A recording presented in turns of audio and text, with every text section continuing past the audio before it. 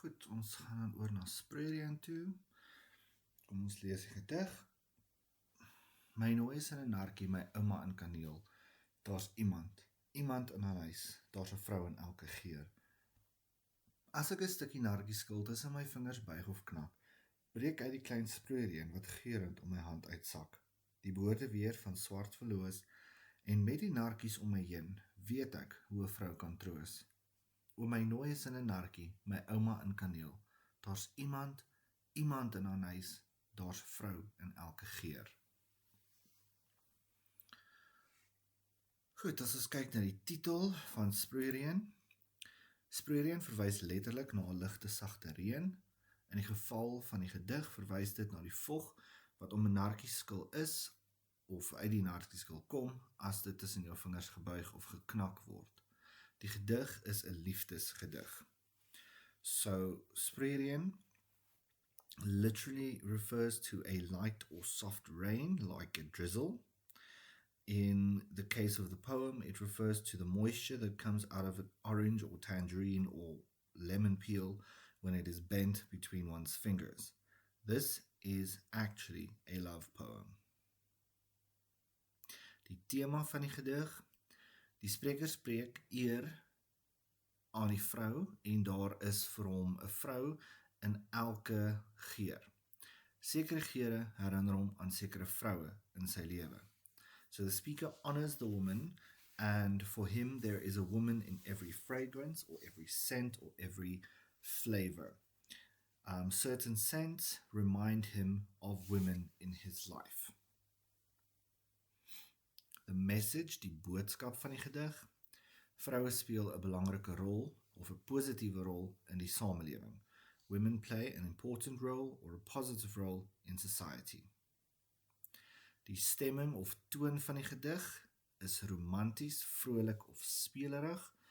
The mood or tone of the poem is romantic, joyful or playful.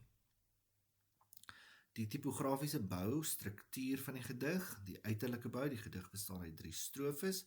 Daar is 15 reëls in totaal. Ons het 'n 4-reël, kwatryn, 7, ons het 'n strofe wat bestaan uit 4 reëls, kwatryn, strofe uit 7 reëls, 'n septet en nog 'n 4-reël gedig. So the poem consists of 3 stanzas. There are 15 lines in total, 4 lines, quatrain, 7 lines, a septet, and another quatrain, 4 lines at the end. Hierdie gedig is dan ook 'n voorbeeld van vrye vers, want daar is nie 'n vaste rymskema in die gedig nie. Daar is ook nie vaste strofelengtes in die gedig nie, en daar is ook nie vaste reëllengtes in die gedig nie. So it's a free verse poem because there is no set rhyme scheme in the poem, there's no fixed stanza lengths, and there are no fixed line lengths. As ons nou kyk na die ek-spreker in die gedig, die ek-spreker is 'n man, want hy praat van sy nooi, girlfriend. Nooi is 'n geliefde, 'n vriendin of 'n meisie, en die funksie van die ek-spreker is om die gedig meer persoonlik te maak. So the first person narrator is probably a man, seeing as he speaks of his nooi, which is a girlfriend. Nooi is his beloved or his girlfriend. The function of the first person narrator is to make the poem more personal. Synestesies, sintuiglike waarnemings. Die spreker voel, sien en ruik verskeie dinge in die gedig. Die reuke veral herinner die spreker aan sekere persone in sy lewe. Die reuksintuig speel dus 'n baie belangrike rol in die gedig. So synesthesia, sensory perceptions. The speaker feels, sees and smells various things in the poem. The smells especially remind the speaker of certain people in his life, and the sense of smell therefore plays a very important part in this poem. My nooi is in 'n narkie, my ouma in kaneel. Daar's iemand in 'n huis, daar's 'n vrou in elke geur. My girlfriend's in 'n narkie, my ouma is in cinnamon. There's someone in anise, there's a woman in every scent. First line, my nooi is in 'n narkie. Figuurlike taal of konnotatiewe taal gebruik. Sy nooi is nie fisies in 'n narkie nie, maar as hy die narkie ruik, dink hy aan sy nooi. So his girlfriend is not physically in a narkie, but when he smells it, he thinks of her. My ouma in kaneel, my grandmother in cinnamon, again figuurlike taalgebruik, konnotatiewe taalgebruik. Sy ouma is nie fisies in kaneel nie, maar as hy kaneel ruik, dink hy aan sy ouma. So again, she's not physically in cinnamon, but when he smells cinnamon, he thinks of his grandmother. Kaneel is cinnamon. Anise is aniseed or anise, which is something, a herb or a spice that basically tastes like licorice. Daar's iemand in anise. So die reuk van, of die smaak van anise herinner hom ook aan iemand, maar hy kan nie onthou wie nie. Die persoon is tog vir hom belangrik, omdat hy hard probeer om die persoon te onthou. So the smell or taste of aniseed or anise is something that reminds him of someone, but he cannot remember who this person is. This person is still important because he tries very hard to remember this someone. Iemand, die herhaling van die woord iemand, hy probeer dink wie dit is, dit dui op onsekerheid van wie die persoon is. Die ellips wys dat die persoon dink of wonder oor wie die persoon is, en dit laat die leser ook dink aan wie dit is. Die inligting ontbreek, die naam van die vrou. So the repetition of iemand, he is trying to remember who it is. It indicates the uncertainty about who the person is. The ellipse then also shows that he thinks or wonders who this woman might be and makes the reader also wonder who this person can be.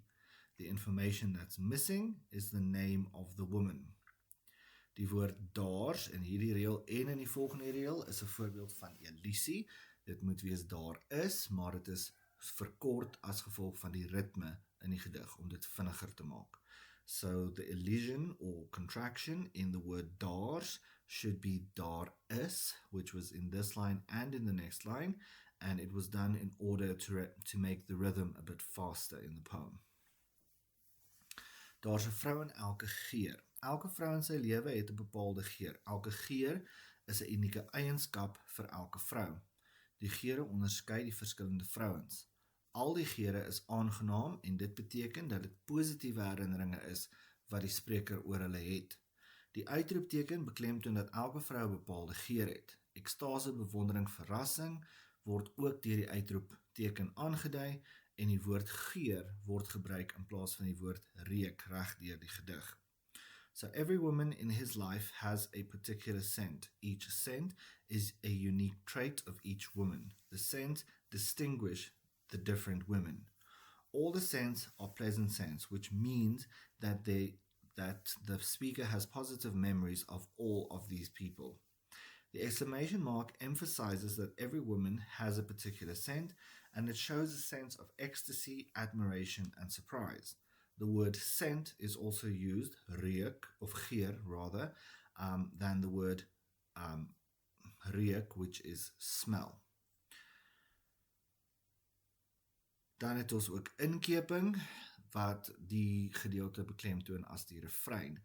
So we have indentation, which emphasizes this part of the poem as the refrain. As ek 'n narkie skil, tussen my vingers buig of knak, breek uit die klein sproeireën wat geurend om my hand uitsak. If I bend or snap a piece of narkie peel between my fingers, the little spray rain breaks out and that fragrantly falls around my hand. Die woord buig means to bend of om te vou. Die woord knak means to break or to snap. Geurend means pleasant smell, aangename reuk, fragrantly. Breek uit die klein sproeireën, ons het 'n voorbeeld van inversie hierso, inversion. Dit moes gewees het, breek die klein sproeireën uit. Die woordorde is verander ter beklemtoning van die woord breek uit of uitbreek. So inversion should have been breek die klein sproeireën uit. The word order was changed to emphasize the word breek uit. The next note, talks about die strofe wat handel oor die herinnering wat die spreker kry wanneer hy 'n nartjieskil tussen sy vingers knak. Hy dink aan sy jeug in die boorde in die Swart Verloos distrik en waar hy en sy nooi gaan stap het. So the stanza deals with the memory of the speaker that he experiences when he snaps a nartjie peel between his fingers. He thinks of his youth and the orchards of the Swart Verloos district where he and his girlfriend used to walk. Die enjambement laat die gedig vloei en dit versnel die ritme. So the enjambment in this part of the poem makes the poem flow and speeds up the rhythm of the poem. Die boorde weer van Swart Verloos met nartjies om my heen weet ek hoe dat 'n vrou kan troos. The orchards again of Swart Verloos and with the nartjies around me, I know how a woman can comfort. Boorde are orchards, fields of fruit trees. Swart Verloos verwys na die Swart Umfolozi rivier in KwaZulu-Natal. Die geur van die nartjie wat om sy hande uitsak in reël 8 herinner hom aan die boorde in KZN waar hy en sy nooi as kind gespeel het. So the word Swart Verloos refers to the Black Umfolozi River in KwaZulu-Natal. The smell of a tangerine in line 8, or nartjie rather in line 8, reminds him of the orchards in KZN where he and his girlfriend used to play as children. Die woord weer, die spreker is bekend met die boorde van die Swart Verloos, hy het herinneringe van sy jeug oor die plek. So weer, again, the speaker is familiar with the orchards of the Swart Verloos, he has childhood memories of this place. En met die nartjies om my heen weet ek hoe dat 'n vrou kan troos. Die spreker dink terug aan die tye tussen die nartjiebome wat hy saam met sy nooi spandeer het. Die tye was vir hom kosbaar. Die vriendskap met die nooi was vir hom vertroostend, kalmerend en het hom gelukkig gemaak.